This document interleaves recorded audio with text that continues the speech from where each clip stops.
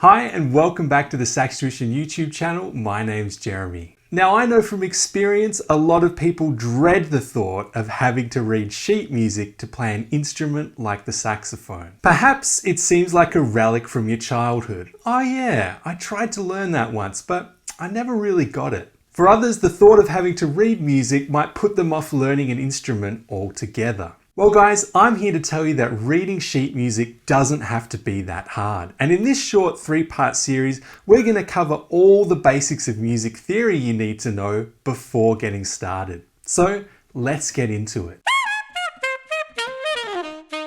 Now, there are two fundamental building blocks to music: rhythm and pitch. Of these two blocks, guess which one gets more attention? Well, in my experience, the answer by far is pitch. After all, if you're not getting the notes right, G, A, B, F sharp, whatever, then how can you really be playing the right song? But it's actually not the pitch aspect that most students struggle with. It's rhythm. Because rhythm can't just be read off the page. It has to be felt inside of you. But wait, I hear you say, I've got no rhythm. I have 2 left feet. To that I say nonsense. Everyone has the rhythm inside them, they've just got to find it. So for our first exercise, what we're going to do is go to Google and type in metronome. That will bring up a handy free metronome right at the top of the page. Now don't worry, you can keep watching the video right now because I'm also going to do these steps right here in the video. Now the role of a metronome is just to play a steady beat, measured in beats per minute or BPM. If you're confused by the numbers, a good rule of thumb is to remember that 60 BPM would be 1 beat per second, since there are 60 seconds in a minute. So to tune our internal clocks, what we're going to do is drag the slider back to 60 BPM and hit play. All we're going to do now is just clap to the beat. 1, 2, 3, 4.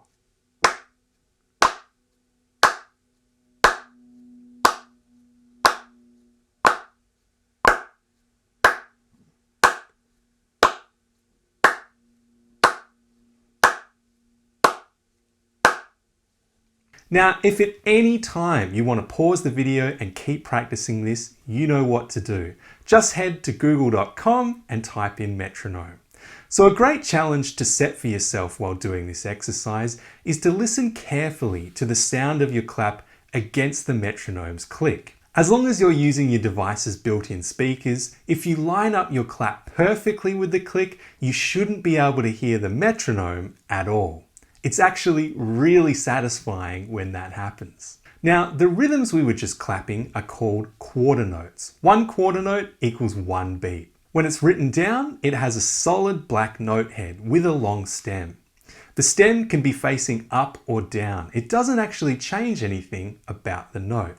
So hang on a second. If a quarter note is equal to 1 beat, why the name quarter notes? Well, because we all like structure in our music and our lives, rhythms are organized into cells called bars.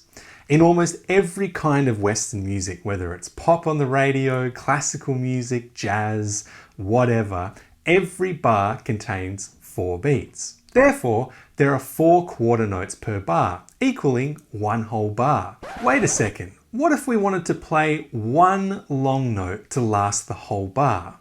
What would that be called?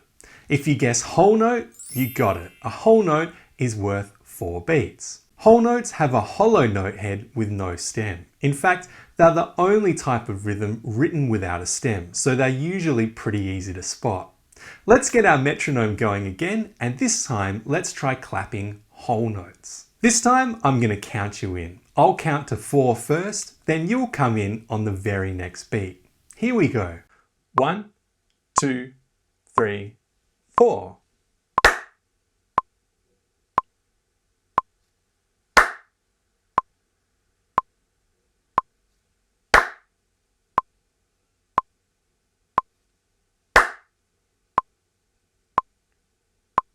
What about a rhythm that lasts 2 beats, so half a bar? What would we call that? If you guess half note, well done. A half note is worth 2 beats and it looks like this. It's a hollow note head with a stem. Like the quarter note, the stem can be written facing up or down. It doesn't actually affect the value of the note. Now let's try clapping half notes. I'll count you in again. Here we go. 1, 2, 3, 4.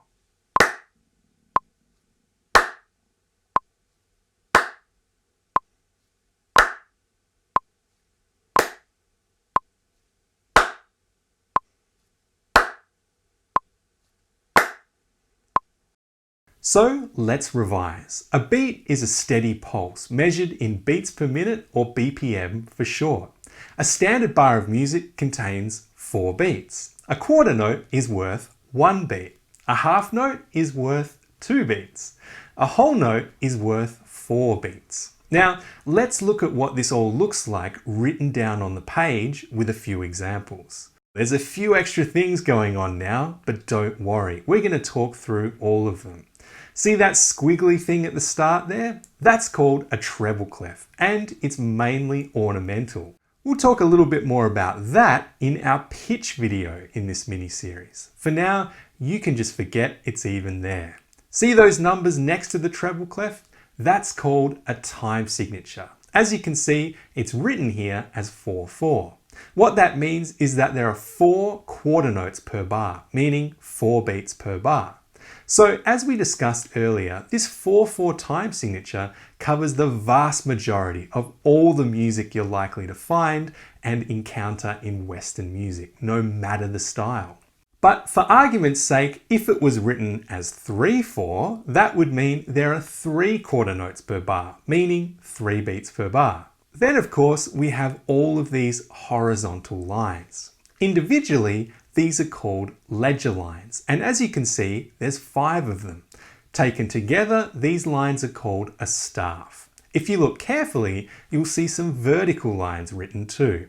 These are our bar lines, and they divide our bars up into neat lots of 4 beats each. Finally, we have the real meat and potatoes of the song, the notes. As you can see, some are written higher than others. Those notes that are written higher on the staff, as you can probably guess, are a higher pitched note. Lower on the staff are our lower notes.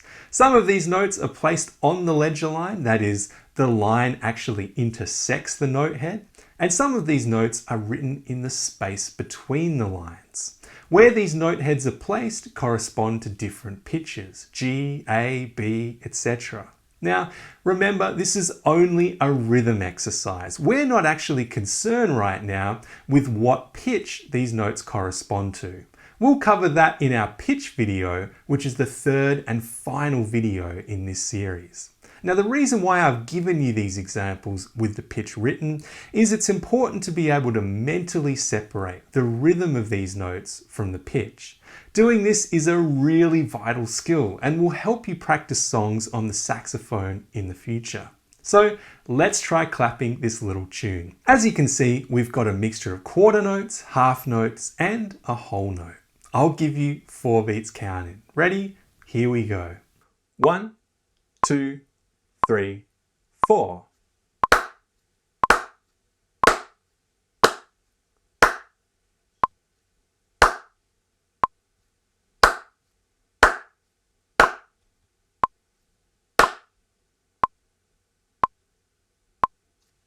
Now let's try one more exercise. Once again, we can see we have a mixture of quarter notes, half notes, and whole notes. Here comes the count in. 1, 2, 3, 4.